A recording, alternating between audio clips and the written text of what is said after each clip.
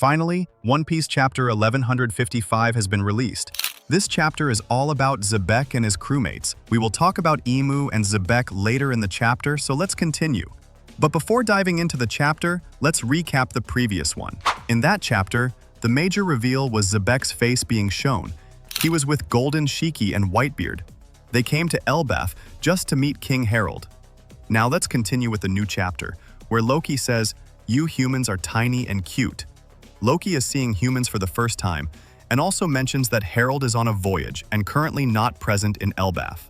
Rox tells Loki to go home and treat his wounds because he was going to give some brutal damage to Loki. We also get to know that Xebec is a unique swordsman who uses shockwaves in his attacks, powerful enough to destroy the surroundings, damage compared to a giant hammer or cannon fire. Xebec attacks Loki and Loki is actually hurt, but then the scene changes and we see a flashback where Xebec kidnapped 5 kings and went deep into the flower room where IMU was standing with his servant, and that servant is none other than Gunko. She was also surprised by how an intruder got there.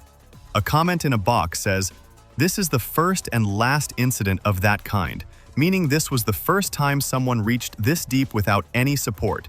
Even the Pirate King Roger never achieved this.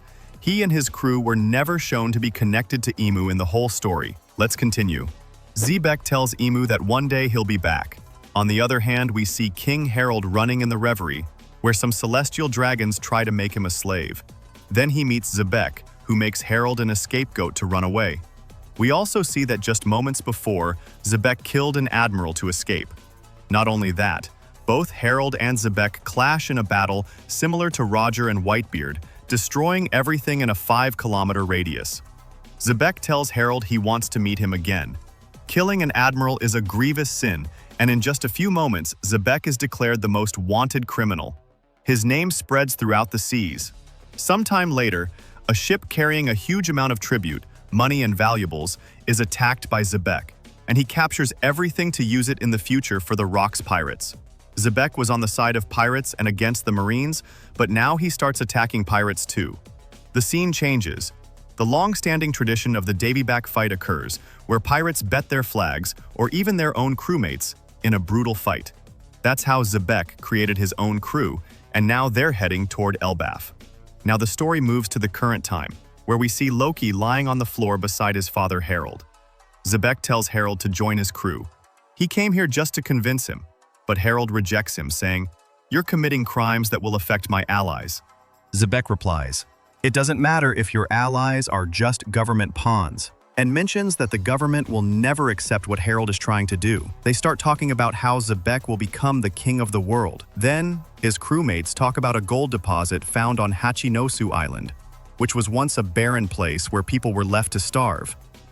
Xebec continues by saying he closed a deal with the government, where he would be paid to clear Hachinosu of criminals, and both Xebec and the world government would split the loot 50-50. But here's the twist. Xebec reveals they never planned to give anything to the government.